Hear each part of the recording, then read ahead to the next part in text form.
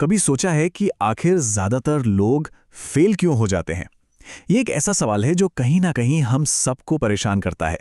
पर क्या हो अगर इसका जवाब हमारी रोजमर्रा की जिंदगी में ही छिपा हो, एक ऐसी जगह जिसे हम अक्सर देखते तो हैं पर गौर नहीं करते। चलिए आज इसी पहेली को सुलझाते हैं। जरा उस एक पल के बारे में सोचिए जब कोई अपनी पूरी मेहनत और उम्मीद से किसी काम में लगा हो और अचानक सब कुछ गलत हो जाए। उस वक्त सबसे पहली प्रतिक्रिया क्या होती है? गुस्सा, निराशा या फिर कुछ और? पता है, यही वो पल है जो तय करता है कि कोई आगे बढ़ेगा या बस वहीं रुक जाएगा। और यहीं से देखिए असल कहानी शुरू होती है। सबसे पहले तो ये समझना जरूरी है कि गलतियां और नाकामयाबी ये जिंदगी का एक सच है, एक ऐसा अनुभव जिससे कोई भी नहीं बच सकता। कितनी भी अच्छी प्लानिंग क्यों ना कर ली जाए, जिंदगी में ऐसे मोड़ तो आते ही हैं जब चीजें हमारी सोची हुई राह पर नहीं चलती। रुकावटें और गलतियां तो इस सफर का हिस्सा हैं। तो असल सवाल ये नहीं है कि कोई गिरेगा या नहीं, सवाल ये है कि गिरने के बाद क्या किया जाएगा। तो फिर इस सिचुएशन से निपटने का रास्ता कहाँ मिलेगा? हैरानी की बात है, इसका एक बहुत पावरफुल समाधान एक ऐसी जगह छिपा है जिसे हम लगभग रोज देखते हैं पर कभी उस पर ध्यान नहीं देते। एक बड़े ही आम से दिखने वाले मैसेज में, जिसे हम कह सकते हैं द एरर कोड।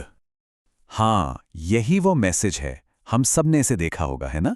किसी वेबसाइट पर, किसी ऐप में, और अक्सर इसे देखकर हमें झुंझलाहट होती है।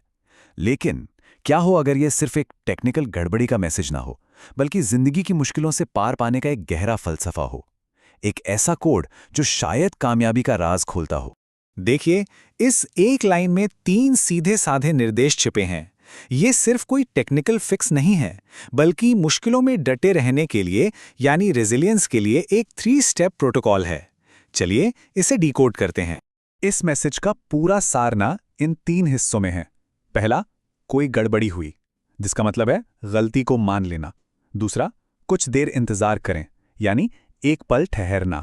और तीसरा, फिर से कोशिश करें, यानी दोबारा एक्शन लेना। सुनने में कितना आसान लगता है, पर यह उतना ही ज्यादा पावरफुल भी है।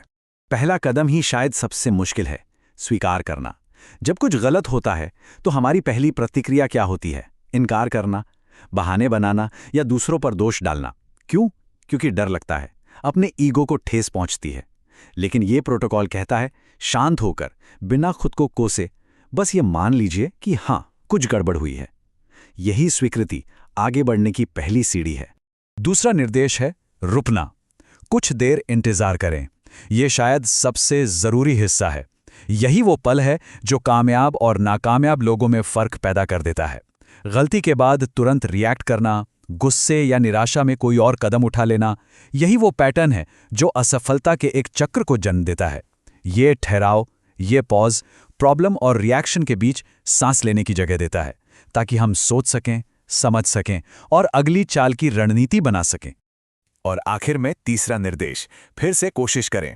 अब इसका मतलब ये नहीं है कि उसी गलती को दोहराया जाए, नहीं, ये एक नई शुरुआत है। गलती को स्वीकार किया, रुककर उससे सीखा और अब उस सीख को साथ लेकर एक नए और ज्यादा समझदारी भरे अंदाज में आगे बढ़ना।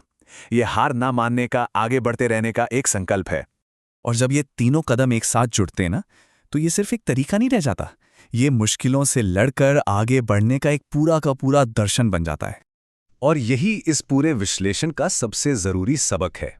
ये दर्शन हमें सिखाता है कि असफलता कोई आखिरी मंजिल नहीं है, वो तो बस सफर का एक पड़ाव है, एक सिग्नल जो बताता है कि रास्ता बदलने या तरीका सुधारने की जरूरत है। तो इस पूरी बातचीत का सार इन 3 शब्दों में सिमट जाता है: स्वीकार करें, रुकें और फिर कार्य करें। यह एक ऐसा चक्र है जिसे जीवन की किसी भी चुनौती का सामना करने के लिए इस्तेमाल किया जा सकता है। यह मेंटल स्ट्रेंथ बनाने का सबसे सीधा रास्ता है। तो चलिए अपने शुरुआती सवाल पर लौटते हैं। ज्यादातर लोग फेल क्यों होते हैं? शायद इसलिए क्योंकि वे अनजाने में सिंपल से प्रोटोकॉल को तोड़ देते हैं। वो या तो अहंकार में गलती स्वीकार ही नहीं करते, या फिर घबराहट में बिना सोचे समझे कोई कदम उठा लेते हैं, या फिर डर के मारे दोबारा कोशिश ही नहीं करते। यही वो पैटर्न है जो बार बार असफलता की ओर ले जाता है। तो असल मुद्दा ये नहीं है कि कोई असफल क्यों होता है, क्योंकि वो तो सब होते हैं। असल मुद्दा ये है कि जब ऐसा होता है तब क्या किया जाता है। तो अंत में ये सवाल सोचने पर मजबूर करता है, जीवन में आई किसी भी हाल की नाकामी को ध्यान में रखते हुए और इस सरल लेकिन गहरे दर्शन को लागू करते हुए अब अगला प्रयास कैसा होना चाहिए?